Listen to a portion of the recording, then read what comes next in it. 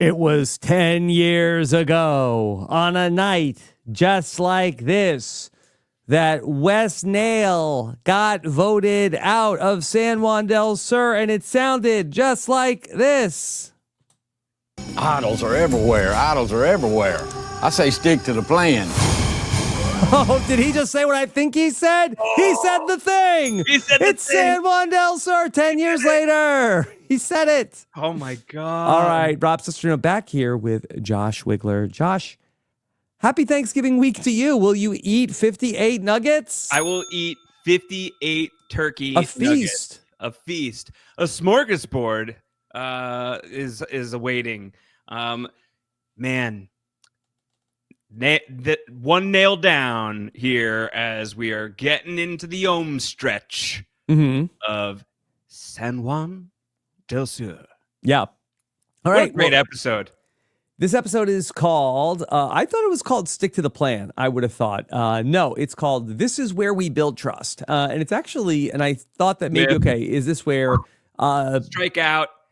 Yeah, that was a swing and a miss. Swing and a miss if we're using baseball metaphors here. There is baseball in this episode. Baseball in this episode. But I thought this would have been maybe where Natalie says this to Baylor when they find the idol together. No, it's where John says it, right? Right. Does Reed say it? I thought John said it to Alec. It's let me say it's uniconic, that line. Who cares? Stick to the plan. Or how about I ate 58 nuggets at the Eating Nuggets competition? That would also be a great name for this episode. You know what else would be good is Risk It for the Biscuit would have been a really good name. Yeah, Risk It for the Biscuit. You know, I didn't even pull that from the end of the episode. I don't always go and like watch it through to the final words, which I definitely should be doing, and I apologize for that. But I had to watch what Wes said here.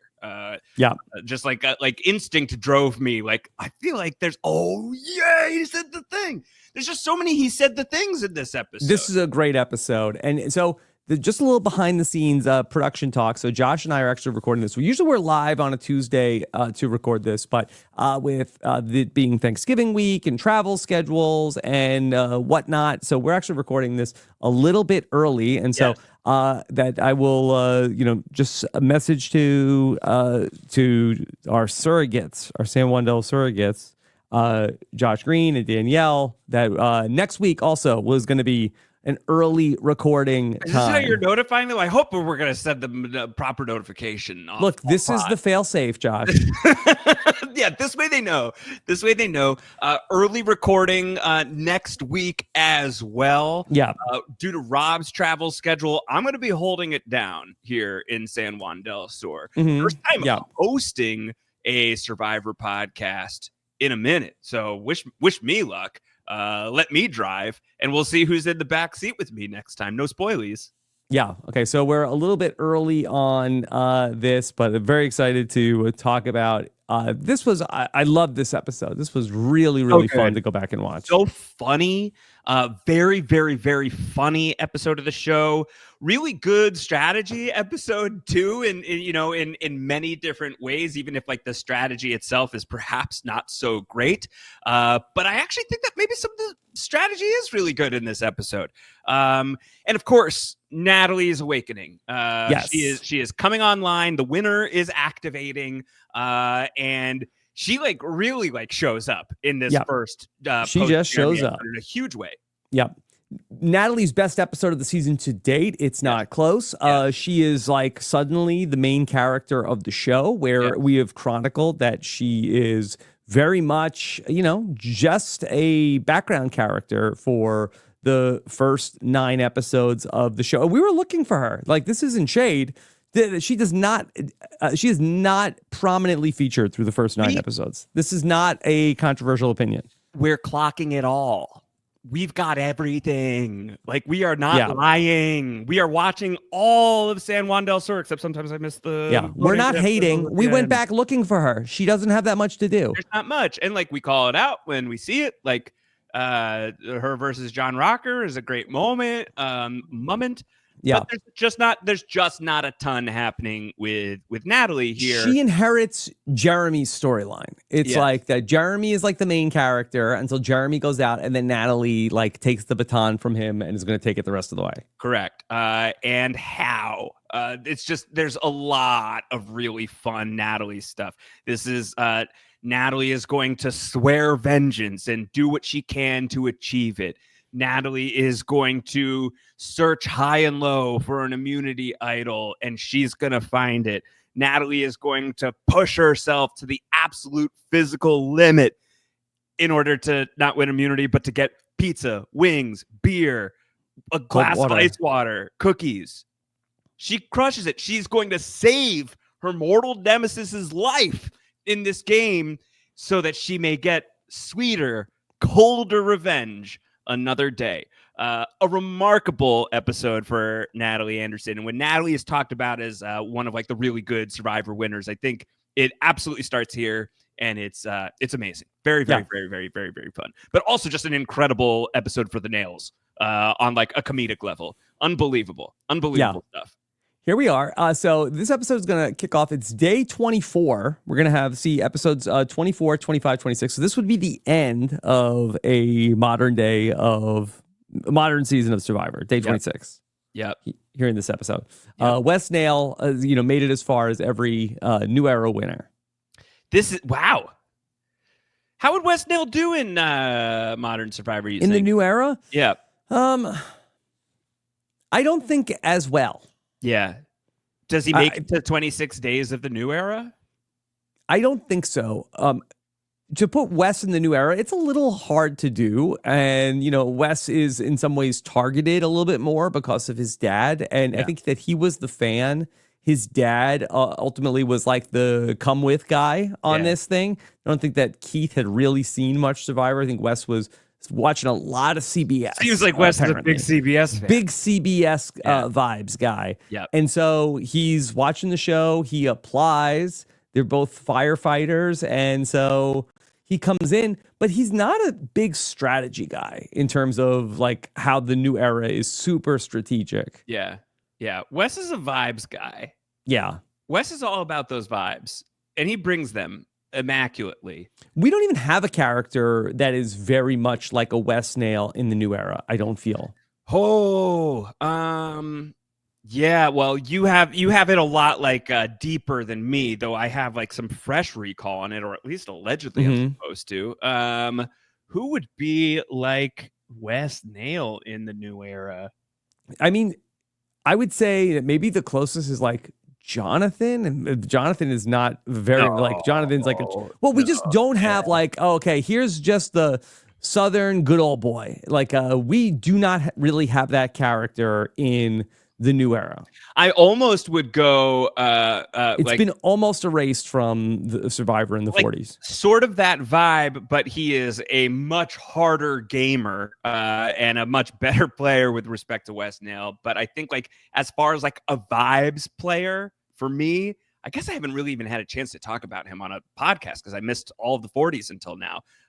Cody, a little bit. Like Cody's a vibes guy. I guess so, but he's a vibes guy. But he's a vibes guy. He's very charismatic and probably, but yeah, maybe that's the closest that we get. Cody is the New Era player that I would die to see play again. Mm-hmm. My fave. Yeah. Love Cody. Big Cody guy. All right.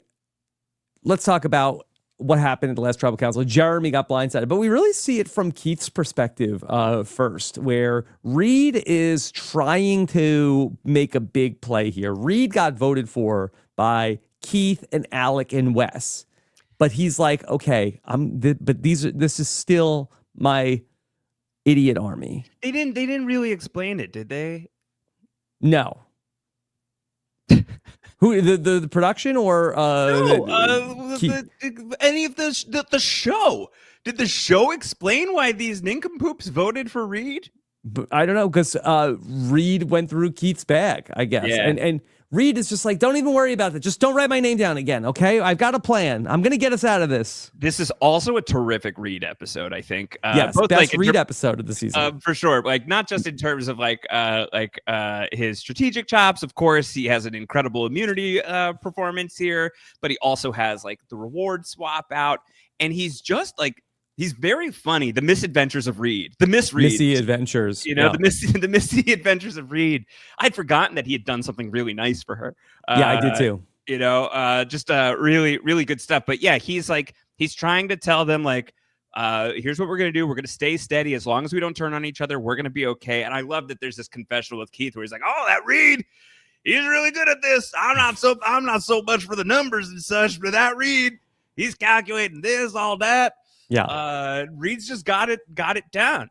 So even though he got 3 votes slammed on him, Reed's feeling all right here after Jeremy's boot. Yeah, Reed, I think, is very strategic, but is also like very transparent. Like, I feel like that when, Reed shows up like at the job interview and he's like, oh, I brought you guys cookies. Yep. Like, it's like, oh, okay. It's like, I just thought you guys might be hungry. It's, no other reason. I just, brought this in for you. Just to like, I thought that, it seemed like that it was just a nice thing from me to you out of the goodness of my heart. Yeah. No ulterior motive whatsoever. Yeah. Reed makes moves, right? Like Reed makes moves. Kindness is a move, not that it wasn't moves for Jeremy and Natalie either. But I think like for Jeremy and Natalie, they were making moves with people that they had legitimate misplaced trust in, ultimately misplaced. Reed's making moves with people like whether they are friends or enemies, allies or opponents. I don't think Reed trusts any of these people. And so like Reed is just making moves with his kindness, with all of this stuff. And like, you could certainly feel it from the viewer perspective. And ultimately they are able to feel it from the player perspective. Yeah. Too. And Reed's target is John. He thinks that John is the person to go after this last tribal council where Jeremy went out. You would think that we would, depending on like where this season ends up going, that you would think that we would have led with Natalie. You would think that that would be sort of like the A story that we're following. We see really everything from like Keith's perspective first, and then we get Natalie talking about Jeremy, the blind side, and how she can't believe that they didn't tell her, but that they do offer her a good gesture. And John says, look, I have to show you, I have the idol, okay? I wouldn't show you this if I didn't want to work with you. Did he show it or just tell her? Oh, maybe he tells her. It's like, I have it. And Natalie's like, good to know. Mm-hmm. Good to know. So yeah, it's their attempt at trying to smooth it over. I had remembered Natalie being a little more upset about Jeremy going home. But I guess like it's a little more stone cold than that.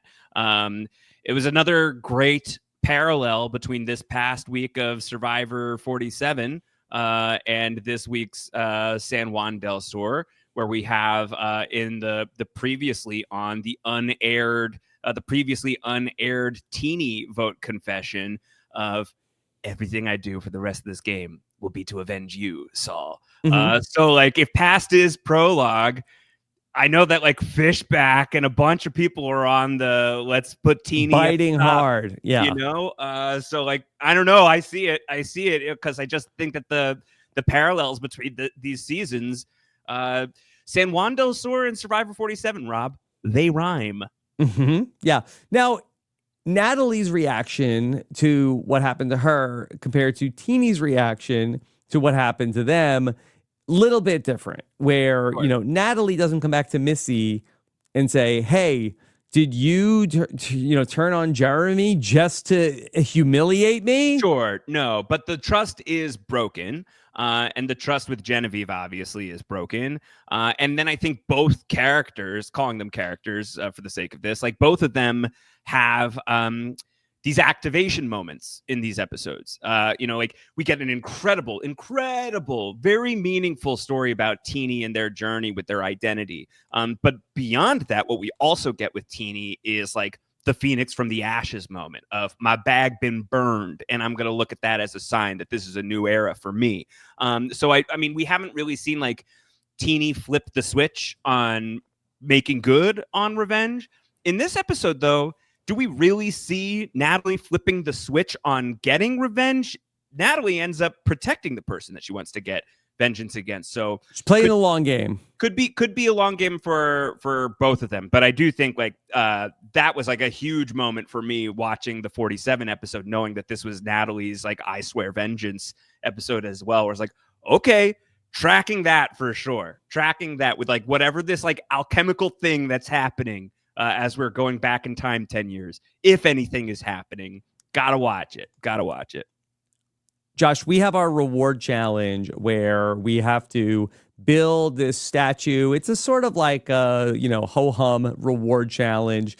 I think that it was kind of cool how they had to build this statue. I feel like that this is not something that you see often on Survivor now, the way that you sort of like have to like stack this thing together. But anyway, Jeff, after the challenge is over, he really keys in on, there were these schoolyard pick teams.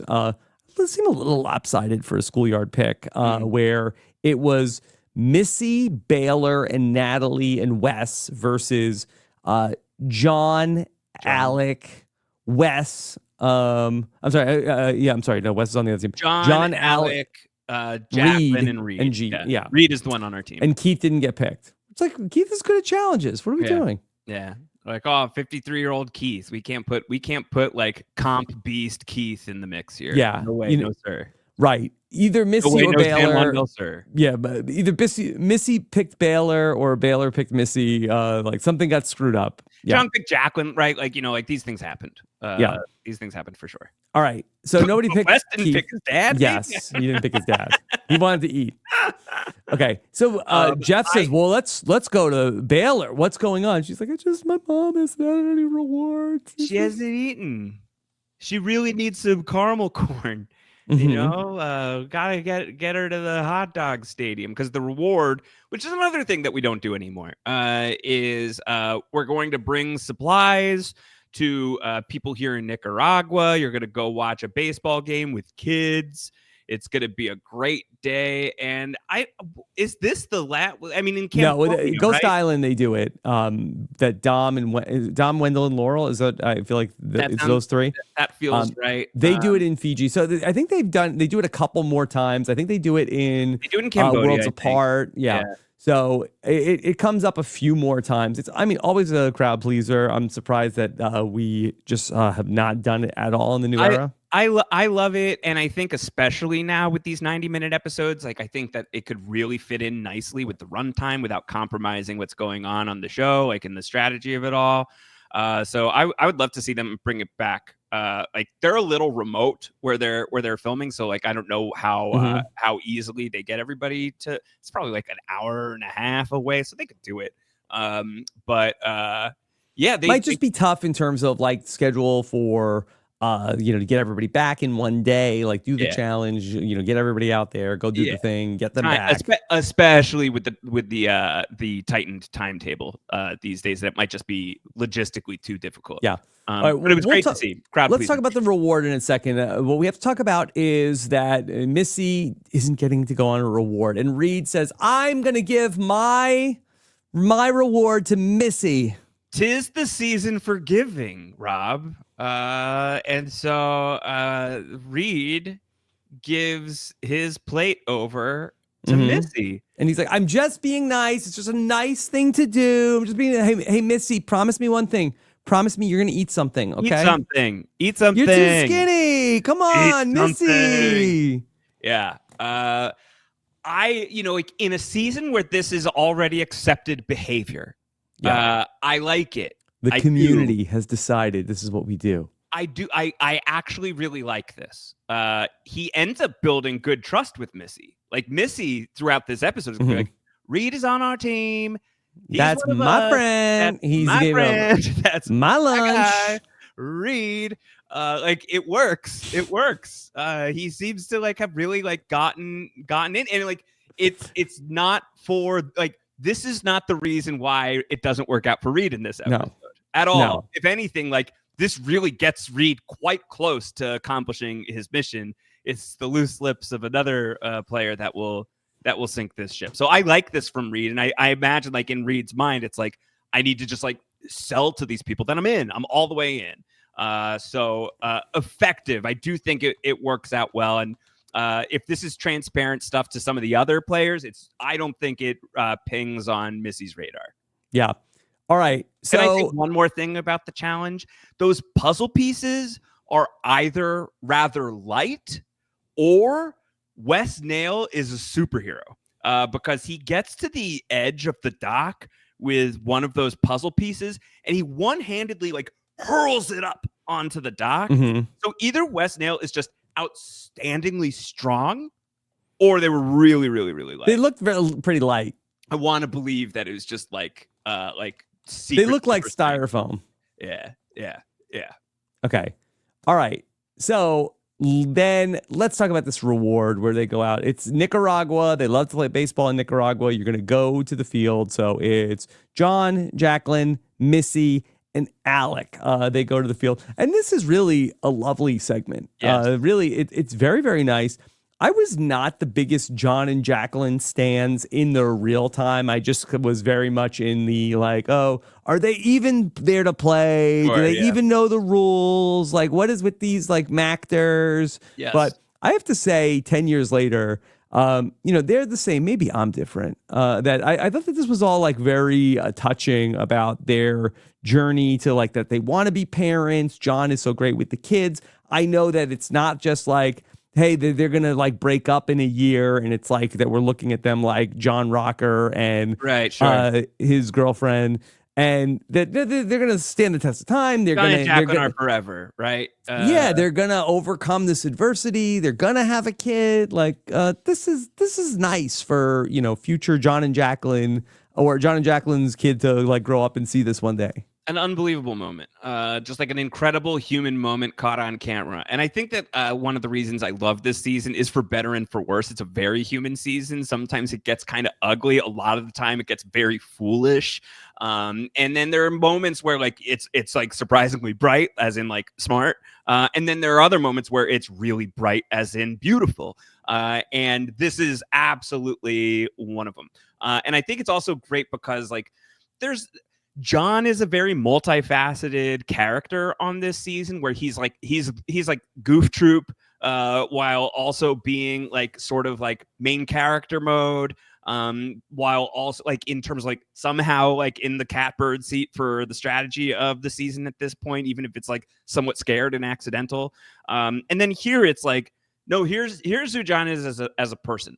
And like next week, which you won't be here for, like they're gonna go through some shit as well. John and Jacqueline, we get to watch them fight on TV. That will be very fun for their kid to see, perhaps. And it really is this wonderful moment. I really love Jacqueline here. Like I just think that there's just like such like there's just like such a depth of humanity to both of them that's on display, like seeing them around kids, knowing that this is a thing that they want, knowing that they have a difficult journey to get what they want, and to your point, knowing that they got it in the time between the season airing and us talking about it now is terrific, is really, really great. I just feel bad because it seems like John only gave ice cream to one kid, unless he fed the rest of his ice cream to others. Because how do you feed one kid ice cream and then the others are like, you're not going to give me any ice cream?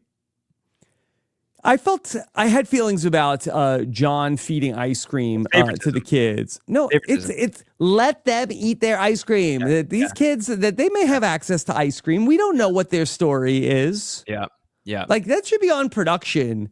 You give them ice cream. Like I shouldn't have to share my ice cream with somebody else's kid. Okay, my cone. Yeah, there's no way Missy fed ice cream to anybody. No way. Yeah, it's like John. I see him like wiping the spoon off with his shirt to like spoon. Like this is like a big kid also to feed him with the spoon. Yeah, I know. I hope that like it's a like how do you serve it to him? Like you don't want him to take a lick. I certainly hope my kid is my lick. I certainly hope that they all were able to eat hot dogs, caramel corn, and ice cream. That everybody there in that ballpark. And if not, that's crappy. That sucks. Mhm. But Although, I don't know. Who knows? There's like yeah, we could see them on the bleachers like scorching down food, and like the rest of them are just like not eating. It's like I yeah. don't love this visual.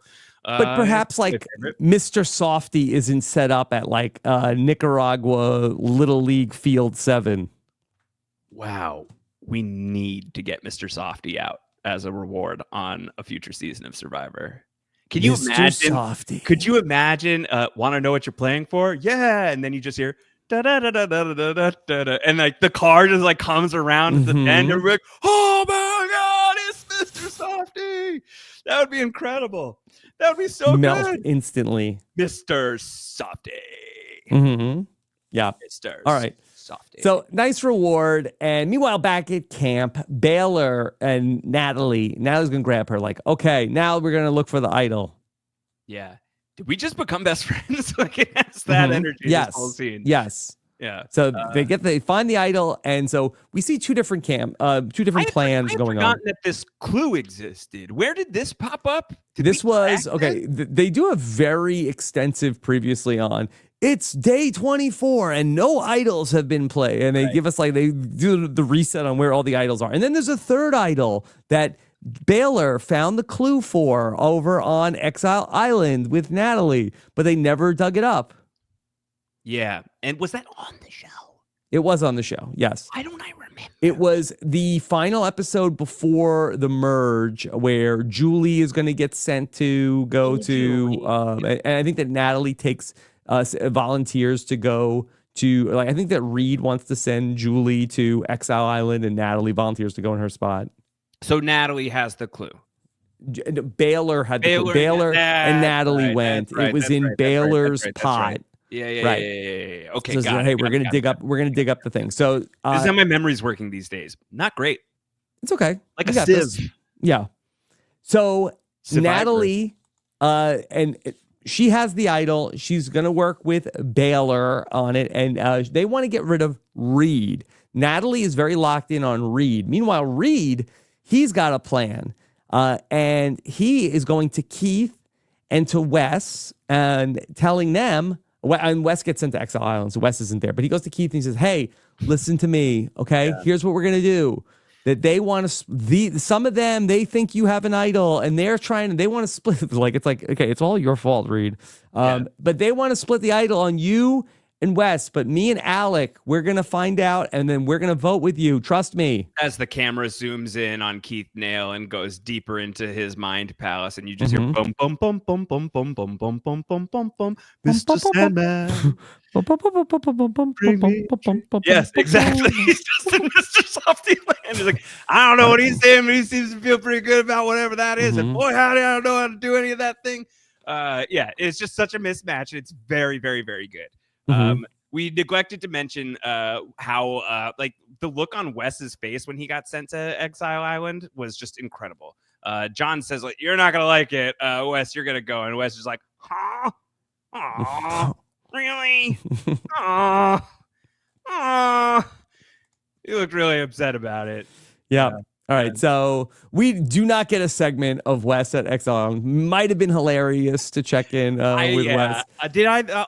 I'll scan my parade interview with Wes Nail in lieu of in Daniel. Yeah. Lieu Interestingly, of, like Juan del Sur stuff. Josh, how many times in Survivor history does a contestant like go to Exile Island in their boot episode? We do not follow them to Exile Island. We do not like check in with Wes on how he's doing, where he's at in the journey. Yeah. Wes is going to get a lot of screen time in this episode. A lot of screen time in this episode. It's probably rare in the history of the show. How many times has somebody got sent to Exile Island? We do not even check in with them on Exile Island.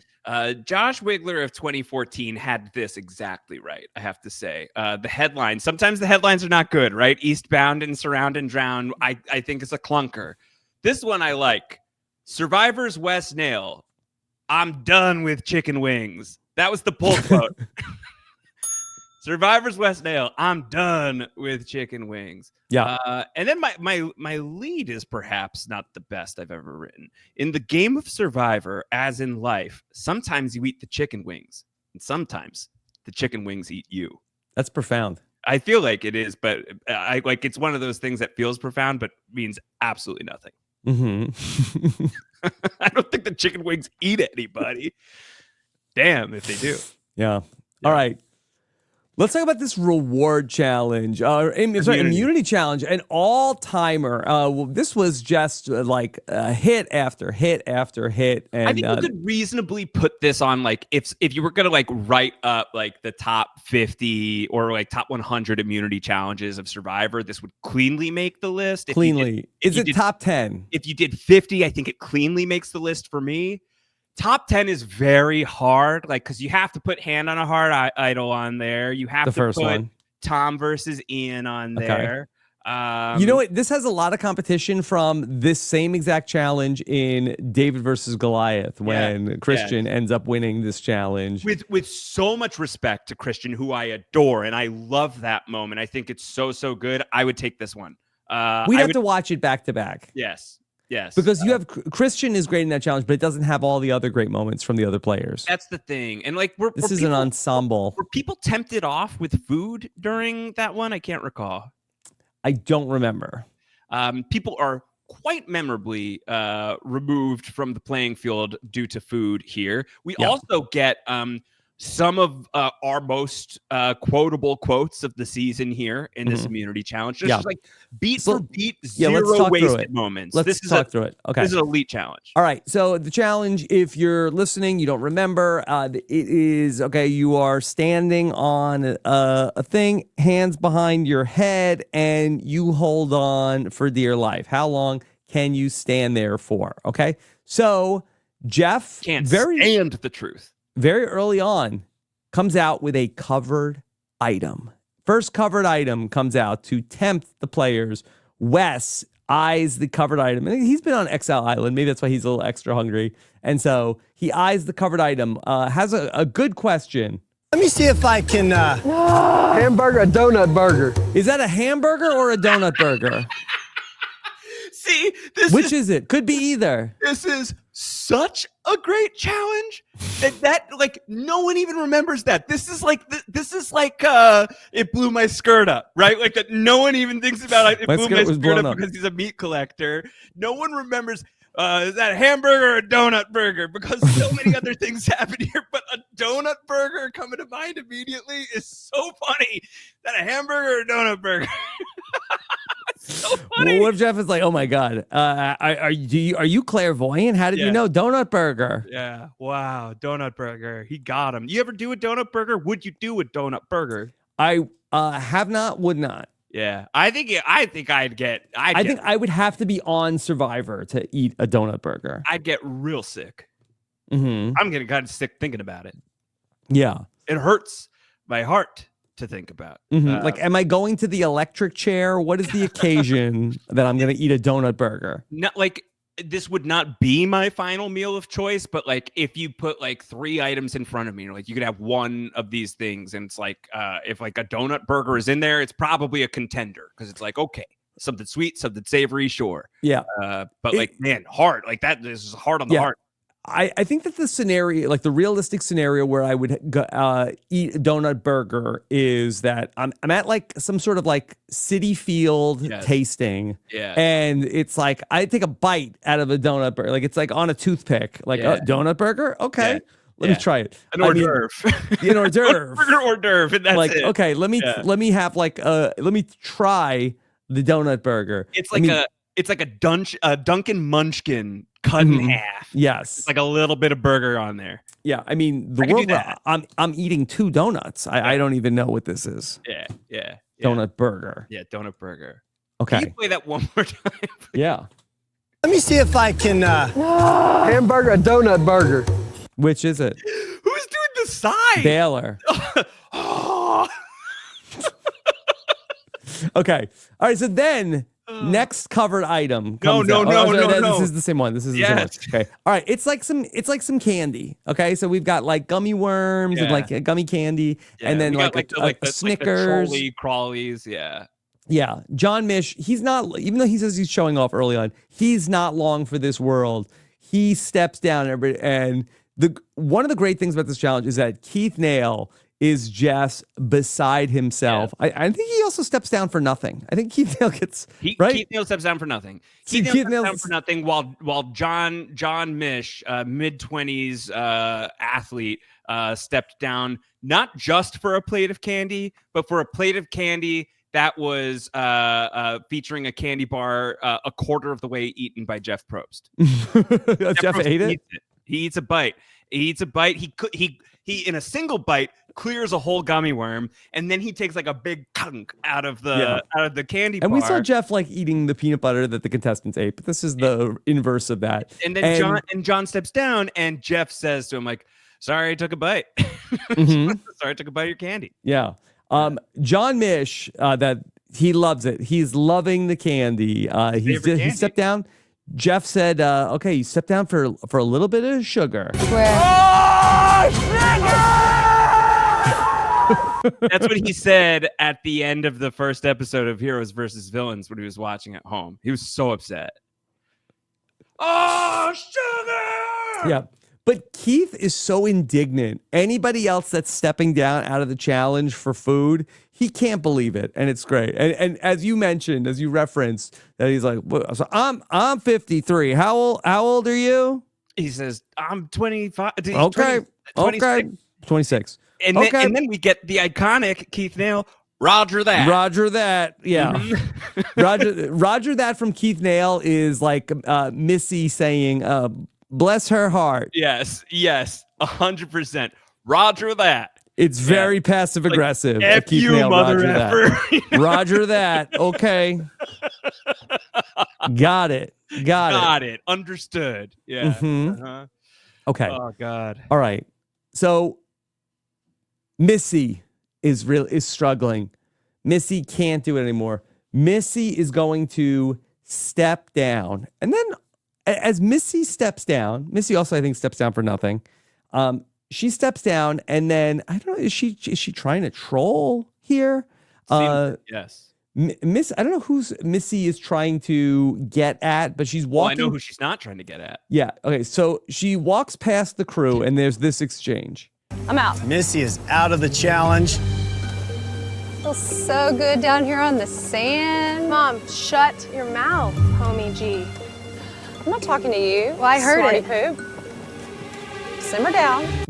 Simmer down. Yeah, why is she being like, oh my God, it feels so good on the sand. At my feet on this sand.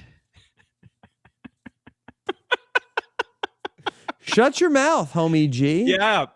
Yes, here it is. The iconic, shut your mouth, homie G. I'm not talking to you, smarty poo. Mm-hmm. My closed captioning said that claims Missy said, I'm not talking to you, smarty poop.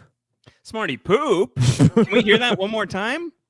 I think it's smarty poo, but the closed captioning said poop. Okay, here we go. Here's Missy. Missy steps down. I'm out. Missy is out of the challenge. Feels so good down here on the sand. Mom, shut your mouth, homie G. I'm not talking to you. Well, I heard it. Poop. Huh. Simmer down. Huh. I'm not talking to you, smarty poo. That sounds like that rhymes. I can't imagine. I'm not talking to you, smarty poop. But like, it feels like there could be a very quiet pee at the end of that poo. It does feel like there could be just like the faintest pee at the end of that poo. Shut your mouth, homie P. Yeah, I can hear it. Now I feel like I'm being like Berenstain Bears, that I'm like Mandela affected on this. Shut your mouth, homie G. I'm not talking Baylor to you, smarty poop. Call many people homie G. Is that just like reserved for Missy? I feel like this has the energy of a well-worn bit, right? Mm-hmm. Like this has the energy of just like on Battlestar Galactica. All of this has happened before. All of this will happen again. This does not feel like the first time Baylor has angrily called her mother homie G, with her mother de-escalating the situation by saying, I'm not talking to you, smarty poop. Mm-hmm. All right. Well, Great. Unbelievable. All Great right. stuff. Jeff comes out with another item, and this time it's wings. And Wes. No, cookies first. Cookies. Oh, come sorry. first. It was just not eventful. Okay. Milk and cookies. Well, the cookies are eventful just to track Wes's journey through this challenge because Jeff comes out. He's got the covered plate. Wes immediately says, "Can we share whatever's under there? Like, are we allowed to share?" And Jeff says, "Funny you should mention." And he lifts it just enough for two people. Jacqueline and Baylor drop instantly for the cookies. Yeah. Did you happen to do the Survivor math of how many cookies do Baylor and Jacqueline get? Do they get 2 each? Well, there's 5 cookies. Oh, 2.5. Wow. 2.5 cookies. And 2.5 was right there. Oh It was my God. Foreshadowing. That's Yes. real good. It's real good. All right. So, all right. Here's the wings. And Wes makes a beeline for the chicken wings. I've never seen anyone on Survivor run harder or faster towards anything. Would you say this is barbecue? We didn't get the sauce. It looks sickly sweet. These wings. Like are you a wing? Barbecue. You like wings? We like, yes. How do you But like the wings in terms of the sauce? Really not hot. You know, I might take like a mild buffalo, but barbecue. Well, you can't really go underneath mild buffalo. What's that? You can't really go. There's no. That's as low as the limbo stick goes. Is a mild. Yeah. That's You I don't don't like want it, like buffalo is a what you're little kick, not too much. Yes. Not super spicy. Barbecue is a big hit here. But how wet are we making these wings when it's you? no, not super wet. I don't think so. But you know what really is one of my favorites is Thai chili. Of course, Thai chili is a delicious wing. Sweet and spicy. I am down for almost any flavor of wing. I think a wing is like a really great vessel for a lot of different kinds of flavors. What I do not like, what I don't appreciate, is an over-sauced wing. I think it's like it's already going to be a messy affair. Yeah. Now it's just like overly messy. It's all about the sauce. These were messy. These are really messy wings. These to me looked kind of gross. Well, also unclear if Wes was provided with any napkins or if he chose. To be clear, he's about as dirty as Sue was this week. So another way in which was he contouring with the barbecue sauce? You think? Yeah, he's like putting on. Came makeup. up looking like Apocalypse Now barbecue sauce. Truly, the horror, unbelievable. Yeah, he's on his way to killing Colonel Kurtz. And in the midst of all this, he tells Jeff about how he's really loving the chicken. Damn. I ate 58 chicken nuggets in 5 minutes and won the eating contest once. What? Okay. What? All right. And Jeff is amazing throughout all this. This is some of Jeff's best work. Okay. So I ate 58 nuggets in the chicken in the eating contest once. Yep. And then Jeff goes in for some clarification. He wants follow-ups. You ate how many whats and won what? 58 chicken nuggets in 5 minutes. And you won the eating nugget contest? Eating nugget competition? Is that an annual event? I've never heard of it. I get good. You can pass that up, man. Best in the business. Just unparalleled. Yeah. The presence, the instinct to stay so present in that moment and ask the questions that we all needed to know. Yeah, I ate 58 nuggets in the eating nugget competition. Jeff, that an annual event? He says you ate the what in the what now? Yeah, 58 nuggets in 5 minutes. Eating nuggets competition. Where do they have that? I don't know. It's not an annual event, it seems like. He's like, I don't know. Yeah. So in 2024, it looks like Major League Eating held the Wendy's Chicken Nugget Eating Championship. How is a Wendy chicken nugget? It's fine. They have the spicy. That's really, I think, like their claim to fame. No, I don't mind the spicy chicken nugget. Yeah. I prefer a McDonald's. I think, especially when they first come up, take that any day of the week over the Wendy's nugs. But My kids, they do like the My Wendy's nugs. All right. So we do have a new world record this year, 10 years later. No. Full results. This was in Central Islip, July 26, 2024. So it's 8 minutes, sponsored by Wendy's. Okay. Should I guess? Yeah, I'm trying to see. Was this like at the Long Island Ducks Stadium? The Fairfield Properties Ballpark. Okay. That was the first ever Wendy's chicken nugget. We got to sponsor Wes Nail to get out there because I think that he's got that dog in him. This is a no-brainer. This is at the Long Island Ducks Stadium, Josh. So I mean, you could easily get out here to cover it. I would be honored. I'd be honored. $5,000 prize. Yeah, we would make our money back instantly. Yeah, so we're gonna back Wes Nail. Yeah, and we're gonna put him up to get in there. Okay, and so when is it? So the first ever one was on Friday, July 26, 2024. Okay, so we've got another probably like July 2025 we're looking at. Yes.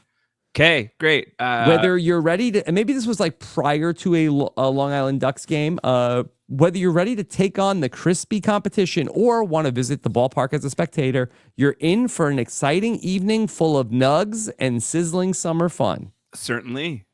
Okay. Yep, that sounds right. So first prize was $5,000. Second prize was $2,500. Okay.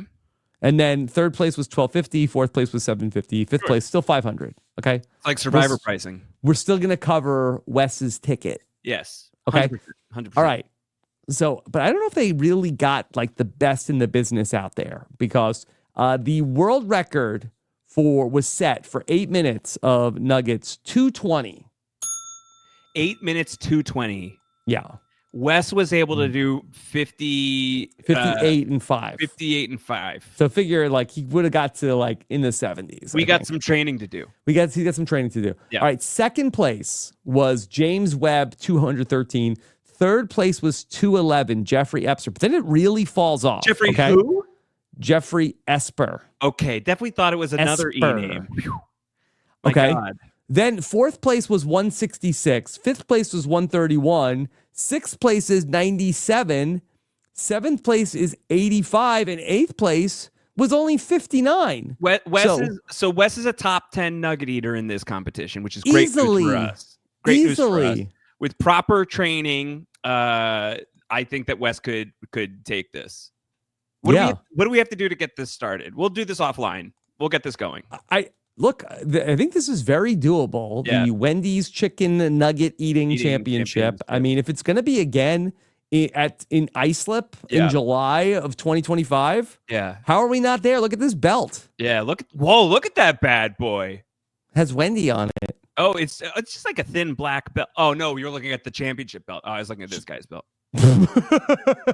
Yeah, look at the belt holding up his pants. He's like khakis and a blue shirt. Kind of looks like Jeff Probst. I don't know who that is. I don't know if that's some relative of Dave Thomas or what. He's certainly dressed like him.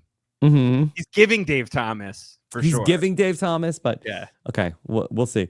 So 58 nuggets, believe it or not. Incredible. Can't wait. How many could you do? How many nuggets? Not a lot right now. Not a lot right now. In my heyday, I think I could do a good amount. I do think I could do a lot of damage in 5 minutes. I do. And in 8 minutes, I think I could do a lot of damage. If it sounded, it was like the 10th place person did 59 in 8 minutes. No, 10th place was like in the 30s. Oh, wow. Yeah. So I'm making top 10 of this competition. I do think even now. 10th place was 32. It was a woman, Julie Goldberg. I can get top 10. I can get top 10. I don't know how deep I can go, but I could still today get top 10. And I think if this had been like even 5 years ago, I think I could have gone real deep. I do. But I'm close to over the hill now. Yeah, I'm getting over the hill. Okay, over from the Hunapu Beach down to Hoyopa.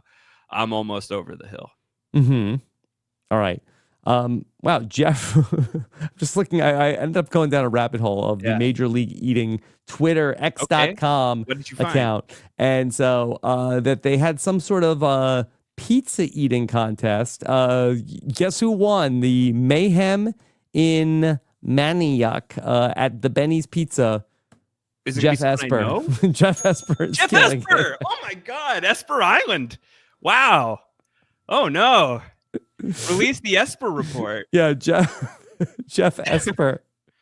Jeffrey Esper out he's here. killing it, Josh. He's killing it on the pizza eating trail also. Can Benny's Pizza. Let me give you my personal 58 nuggets in 5 Home minutes. of the Virginia Slice. Benny's Pizza. Not a paid sponsor. My 58 nuggets in 5 minutes. You ready? This is what it is. An entire slice of like New York style pizza. So like thick and chewy. An entire slice of New York style pizza in my mouth in 5 seconds. I was bet by a guy he would buy my beer for the rest of the night if I could do it. I did it without any issue, with no issue. Wow. I think he told me like you've got like 30 seconds to finish that whole slice. I was like, bet. All right. Say less. This is from earlier this month. Rise and Grind, Major League Eating Nation. Today is the day of hot cake eating glory. Norm's Restaurant's hot cake. I 11 love a.m. Vegas time. Jeff Esper is going to be there. No kidding. No way. All right. So and it's Geoff. We're going with the GEO. Wow, Jeff Esper needs to work on his social medias. He's got how many followers? 183 followers on X. Maybe he'll do better on Blue Sky. Get on Blue Sky. Get some blue sky cheese on those wings. I like that we're scouting out all of America right now. North, south, east, west. West. Yeah. Got him. Yeah. All right. There's another iconic moment. Now Keith his feet are turning purple. He ends up stepping down. Violet, you're turning violet. Yeah, his feet are swelling. Yeah, not great. That's like what my feet look like in a gout attack. This is my not God. good. What's going on to Keith? All right, so showdown now. Natalie versus Reed. Okay, Reed does some Keith Nail like spitting. Yes. Yeah.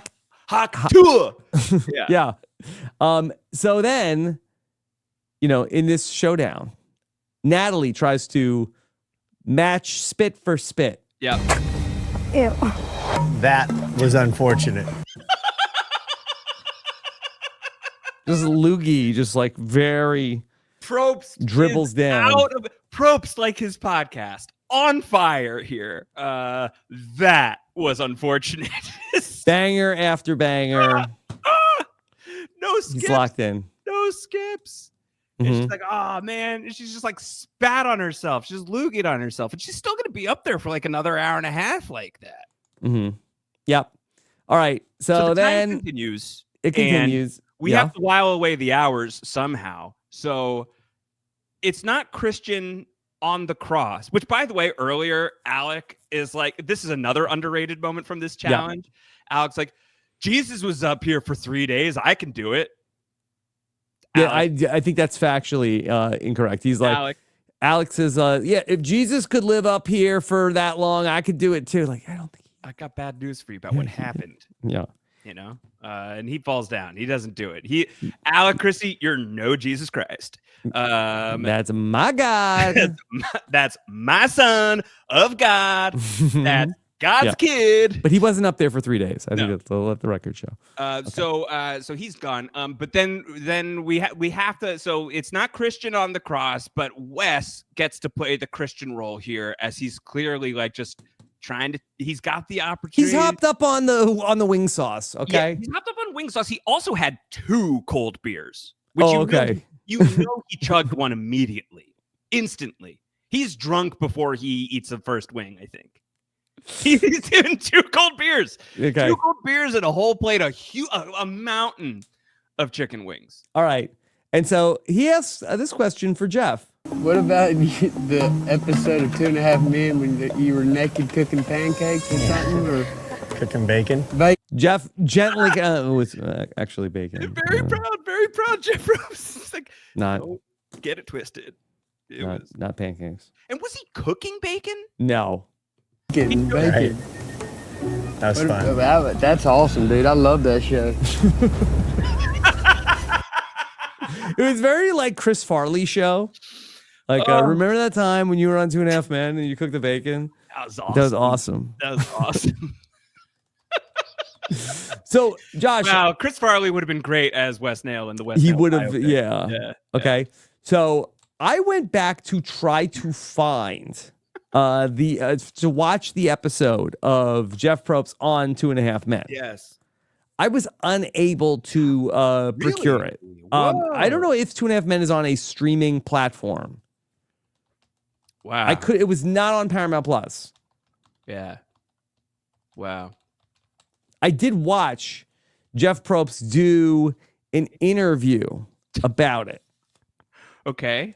Okay. Yeah. So I could tell you the episode that it happens in. Okay. So and again, this is a little bit maybe a little awkward. Okay. We're deep in it now at this point. We're as lost in the sauce as Wes. Jeff Probst appears in season 11, episode 7 of 2.5 Men, entitled "Some Kind of Lesbian Zombie." Is the name of the episode. Okay. It is past the Charlie Sheen era. It is in the Ashton Kutcher era. Okay. Alan and Walden hook up with a pair of theme park princesses until Lindsay's jealousy of Alan's new flame ruins everything. I'm failing to see what that has to do with some kind of zombie lesbian. Mm-hmm. I don't know that there are women in their underwear, according to the IMDb stills that I'm seeing. And Is that why Jeff is naked? Unclear. Yeah. What is And Jeff Probst doing in this one? I don't know. So from what I understand, I think it's sort of like just like a gag of like they go and like knock at like somebody's door, and he, not expecting him, he answers holding the bacon, and then that's like this, and then they're like, oh, that's like it. the scene. Yeah, like I imagine maybe like that there was like some woman that they were dating, and then they go and they answer the door and like going to look for her, and like, I'll take a rain check. I'll come back. Do you think when Jeff tells Wes, yeah, that was fun.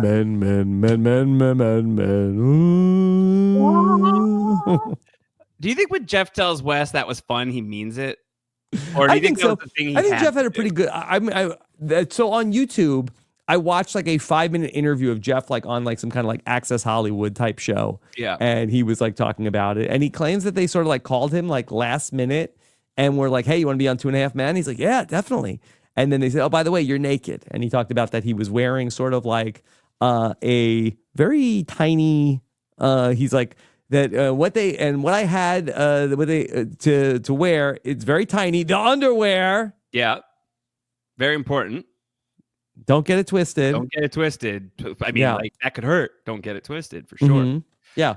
And so he says he is wearing underwear, and they were really like ribbing him of like, Jeff, they're going to call this bacon bits from here on out. You know that, right? Mm.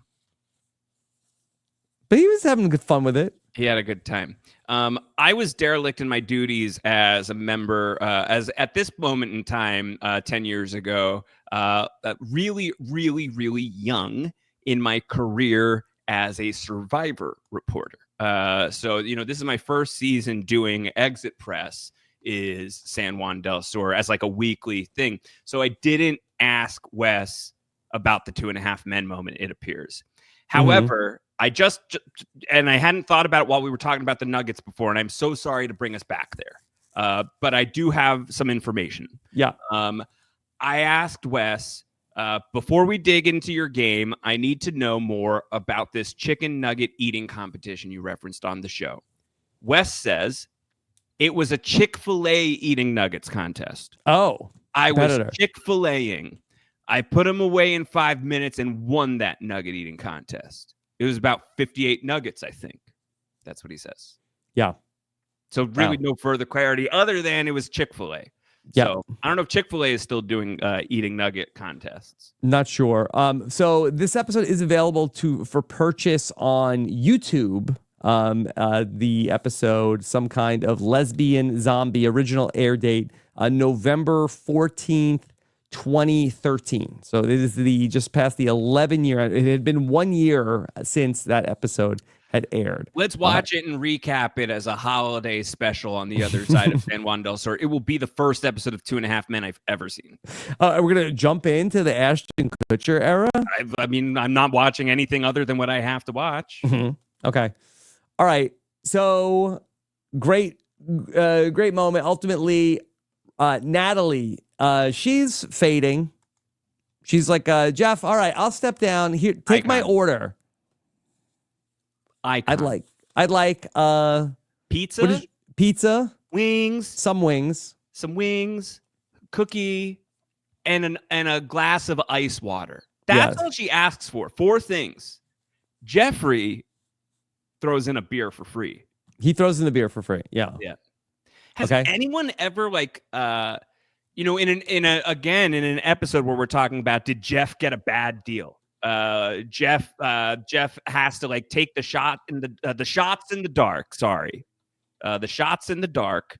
He takes them and gives everybody rice. And really, the word on the street is like, okay, well, they just ended up neutralizing a bummer twist for them, and now they eat for it. Did Jeff do poorly on that exchange?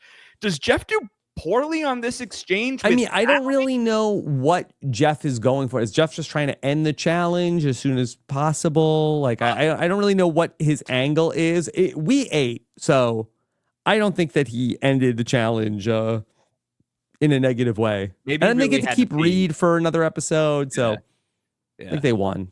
We all won. Okay. Yeah. All right. Back at camp. Oh, we're not even going to talk about Reed's split. Oh, then Reed does the split. Reed does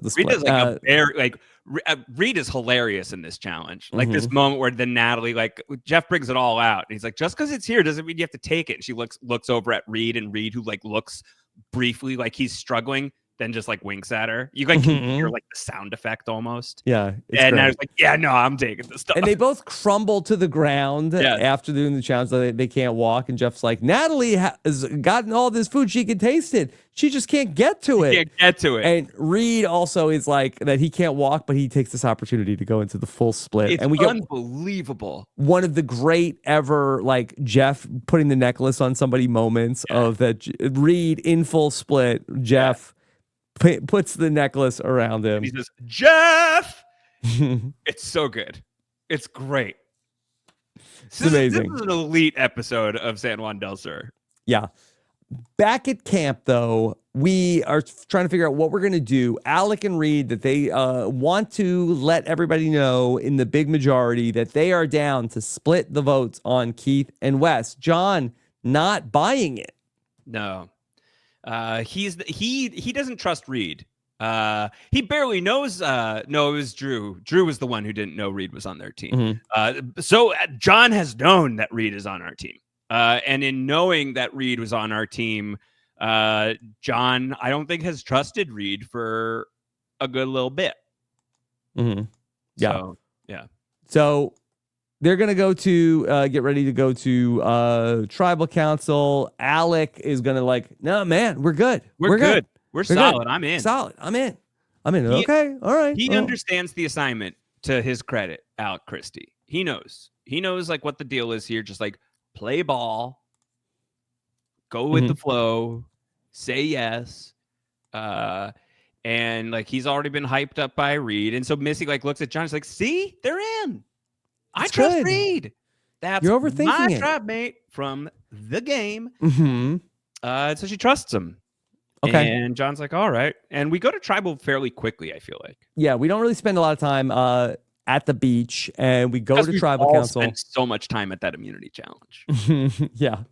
And it's a great tribal council because it's sort of not quite a live tribal council where people are getting up out of their seats, but this is as close as we get to that at this point in Survivor history. And so Jeff is talking about the idols. Why haven't we seen any idols yet to this point? It's day 26. It's been a whole new era season. We haven't seen one idol come up yet. What's up with that? And he's like, look, everybody's talking about it. People must feel good. And he says this. Idols are everywhere. Idols are everywhere. I say stick to the plan. And everybody's like, why would you say that? And the thing that precedes this, right, is like Reed is a trained Broadway theater actor, and he's up there with this whole crew. His all of the things that he's saying are consistent with what he has told Missy and John about how he's going to vote with them. But that means that he's putting up a facade, right? Like he has to put up a front so that everyone thinks that like he's going to vote for one of Keith or Wes, whatever the arrangement was. I don't know. Was Keith read in on the fact that like, now this is going to be acting. We're acting. Don't be scared of what I say. It's acting.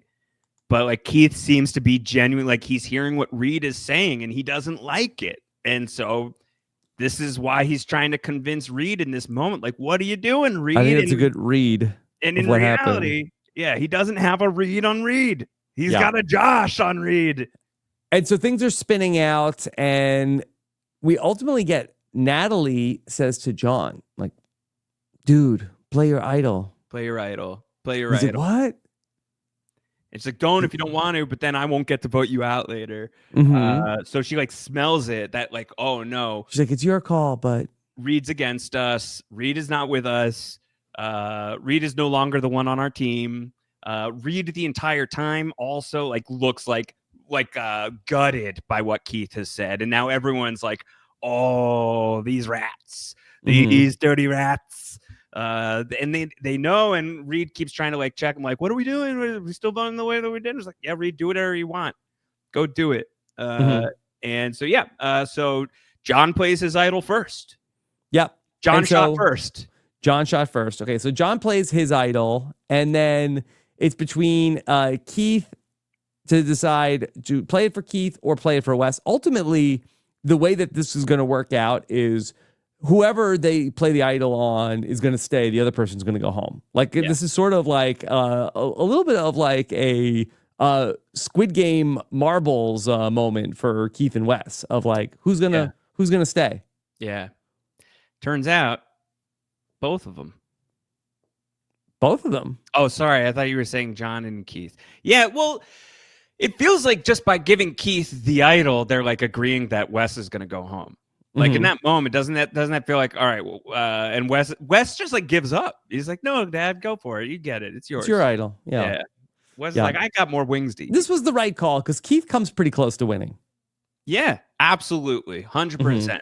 100%. Yeah. Like even I was thinking earlier about what you were saying about like it's surprising that we don't start the episode with Natalie's perspective, but I think like heading into the finale of this season, like there's like two really major traps, right? It's like Natalie or Keith. So we're doing a decent job of setting that up. Yeah. And then ultimately we get the votes. Interestingly, it's just a 2-0 vote.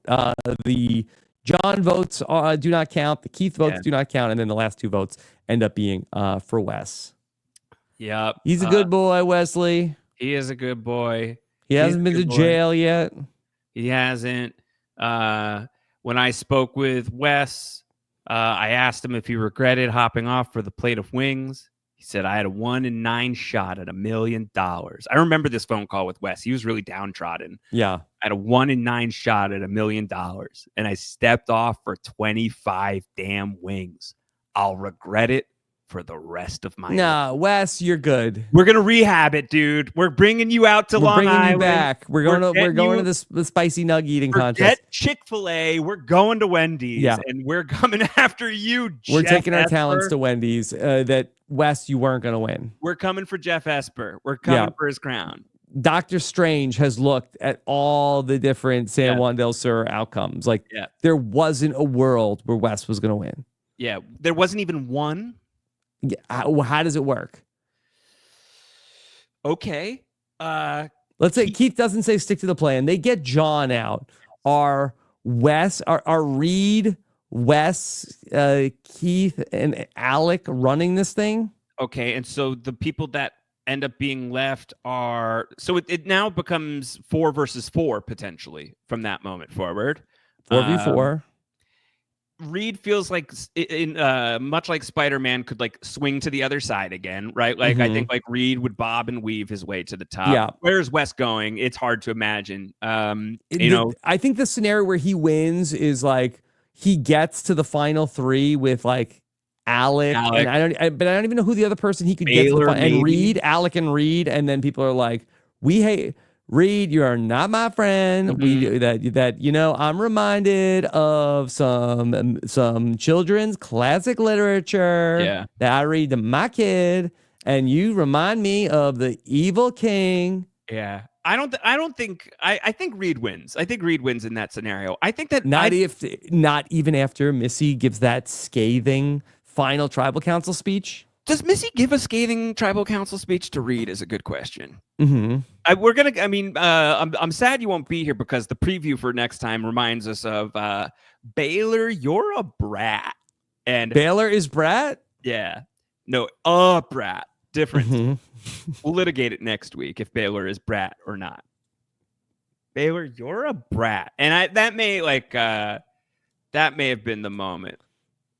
That may have been a moment that he crossed the she's a mom line. Yeah, but is Reed so jaded in that alternate universe? But it's, again, hard to imagine where Wes was going to win this thing. I don't think so. And also, his partner is the mayor of Ponderosa and has had a lot of time to put bugs in ears. Yeah, again, hard to squint and come up with the world where Wes is going to win this thing. Very difficult. Very difficult. So that's episode 10. And so it was Thanksgiving week. And this was a very historic episode of the Know-It-Alls. And again, we got the jump on recording early in this one, so I don't have the full notes from Danielle. We have I don't have everything, but I can tell you from my own memory. Your recollection. Okay. Of what happened. Okay. Let me show you this. Okay. Yes. Let me go back. Let's take you back to 10 it was 10 years ago. Okay. On November 26th, 2014. On a night just like this? On a night just like this. Okay. Let me bring up for you here on this page. Yep. Here we go. Are you ready for this? Okay. Hangout. Hangout on air. And look who's hanging out. Okay. Yes, that's right. Happy Thanksgiving, everybody. The Know-It-Alls are live. Wow. And look, we're here. Stephen Fishback is with us for a Thanksgiving get-together. Yeah. Rob, I am thankful to be here. I'm thankful for your hospitality. It's great to see you. Well, thank you so much, Stephen. Stephen, let me give this guy a lot of credit. Oh, yeah. Thank you. Good. He braved pre-Thanksgiving night, rush hour traffic. Yeah. He's slumming it. He came to the valley. It's true. Yeah. He came to the valley. From the west side, which is lovely. At rush hour on the day before Thanksgiving. All right. So Stephen Fishback came to my home for the first time ever and the only time in Know-It-Alls history, besides the live show, that Stephen Fishback got together with me in person. In my home. In my house. In my house, where my family and my kid to do a Know-It-Alls episode. Menschy behavior. This is great. That's great to see Stephen in the house. Yes, Stephen was in the house. And then after this, you're not going to believe what happened next. What happened next? I went out to dinner with Stephen. No, you didn't. Yes. I got sushi. Did you rib ranch? I wasn't in. I wasn't in Woodland Hills. I was in Sherman Oaks. Got it. I'm sorry. I was in Tarzana. Got it. Okay. And when I went out to dinner with Stephen Fishback and Cochran. Oh wow. Yes. And you got sushi? Night before Thanksgiving. Do you remember the order? I don't remember what would you we have got. Gotten? I don't know, whatever. I'll try whatever. But it was a very fun night, very fun you guys time. Go to like Katsuya or something like that? Cochran isn't like slumming it at like some. Yeah, you were at Sugarfish or Katsuya or something like that. I don't know. It wasn't Sugarfish. Yeah. But we went to like a nice place and had a nice dinner. And then the next day was Thanksgiving. And I spoke with that morning Richard Hatch, I spoke to about this episode. Richard Hatch was very high on Natalie Anderson. He had the spoilers. You think so? Absolutely. Mm-hmm. I mean, 100%. That does not sound Does like that the surprise Richard anybody? Hatch that He I absolutely know. had the spoilers. 100%. Not even a question. He was extremely I'll high ask on him Natalie. next week when he's my co-host here on the Survivor. See what he thinks. Juan del Sur. See what he thinks about that. So that I remember. And then the other thing I remember greatly about this Thanksgiving was that we had gotten, I think, a frozen turkey, and my wife was fixing the frozen turkey, and we took the Was it broke? Was it what? She's fixing it. Was it broke? Preparing the Thanksgiving turkey. Sorry, this is a bad joke. And we're working on this Thanksgiving turkey, and I'm trying to say to her, like, hey, like, babe, like, Babe, I think like there's like a bag of stuff that we gotta take out of this turkey. yes, there is. She's like, oh, you know everything. You have to micromanage everything I'm doing. You like, I don't want to, but I don't want to get poisoned. Yeah, you don't want to That's eat a I think it's like there's like a plastic bag of stuff. That's Yeah, there's a like plastic in bag of the cavity. Like, giblet. get out of here! Stop touching. That's my bird and my kid. Like, you know everything. And then what happened? I begrudgingly, I said, like, I can't let this go. And then eventually, I said, like, and then eventually, I'm like in the frozen turkey, and I like pulled the thing out, like. Did you see do this? it? Oh, and then you had to gloat. You gloated. I didn't gloat. I'm like, look, I was like, I know that there's a thing in there. And so you just had And to you be have like, to take it in this out. moment, please, like, recognize that sometimes I'm right. I don't even think I was trying to like say like, see, Yeah. I'm just like, please stop yelling at me. I knew what I was talking about. And it was like, it made it worse. Oh no. Oh no. Oh Mhm. no. Yeah, don't cook that with the little plastic bag. If we're getting it, folks, if we're getting to you before Yeah. you're cooking your, just like check that cavity. And then Do a full cavity search. full on cavity that bird. search, Yeah. like if Richard Hatch was going to Yes, be on your that's season right. of Survivor. And then Let's to go about that, too. bring it full circle that Yeah. I avoided. Richard Hatch's not going to be on the podcast next week, by the way. I avoided that bag going on fire, unlike Teeny. There you go. Could you have won if you had taken the plastic bag? If you'd let the plastic bag burn? I don't know what you would have won. Mm-hmm. Do you guys do any kind of like competition around Thanksgiving? No competitive sports of any kind? Could you have won a turkey nugget eating competition? Turkey nugget. Not a lot of turkey nuggets. Not really a lot out there. All right. There you go. Josh, so what a ride this was today. We did justice to a great Survivor episode. Brother, justice, Mm-hmm. sister. Yeah. Yeah, we did. I would love to see them on a blood versus water. We got to get another blood versus water. That's the thing. This season is great, but a humongous reason why is the blood versus water element is just like it next levels it to a certain degree. Love this season. Loved this episode. Really great episode. Next week, it's a two for Grace next week. As it's the doubler, I believe. Two-part episode. I mean, they did that a lot on Thanksgiving in future seasons. Yeah. But they do a two-part episode. I think that maybe it's. Oh, hold on. I ended up clicking on the YouTube video again. I think it's maybe the Alec Boot episode is a little sleepy. I think that maybe that's what they did there. Reed and Alec. Yeah. I don't know how we'll cover it. I think the Reed episode is exciting with John and Jacqueline's fight. You know, I'll watch the episodes. I don't know. We'll do beat by beat on a twofer here. We may do some spark notes on a twofer, especially if it's sleepy. We'll give the highlight reel, I think, is the plan. Mm-hmm. I'll stick to it. Sounds good. Super fun. And thanks everybody for being here with us to check out this walk down memory lane of 10 years back in the past. Josh, what's going up for you? What's coming up for me right now is I also have some Thanksgiving plans that I have to get to. I will not be able to search the cavity even if I wanted to. There will be very capable and able chefs in the kitchen, including my wife, So that's what's Was that more immediately Borat or Missy? hard to say. I attempted to Missy, but I think Borat just owns it in a way that you cannot help but hear Borat. That's my kid. Get in backseat. Let me drive. Borat and Missy maybe have a little more in common than you think. Mm-hmm. Yeah. Interrogate that further. Plenty of stuff happening on the scripted side here of RHAP. We know scripted TV. We know scriptedtv.com. We had a great weekend program this past weekend. Antonio and I occasionally cover The Sopranos.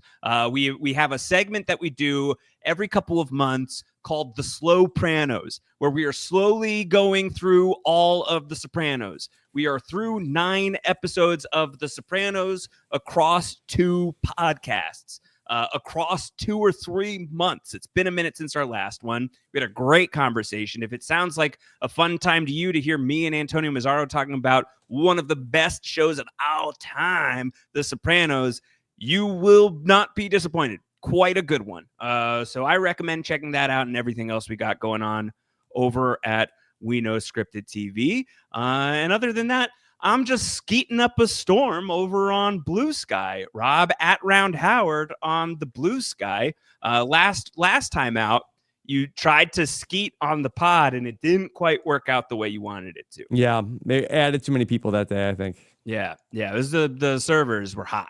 Mm-hmm. The servers were hot. Servers needed to cool down just a scooch. Rob, I loved talking about this episode so much. If there was ever any question of like, why are we doing this? 10 years of San Juan del Sur each and every week. If it led us to the deep dive that we did into this immunity challenge, it was all worth it. Every last moment, every last bit, all worth it. All worth it for the 58 nuggets in the eating nuggets competition. All right. Can't wait till we're out there at Long Island Duck Stadium coming up next summer. Take care, everybody. Have a good one. Bye.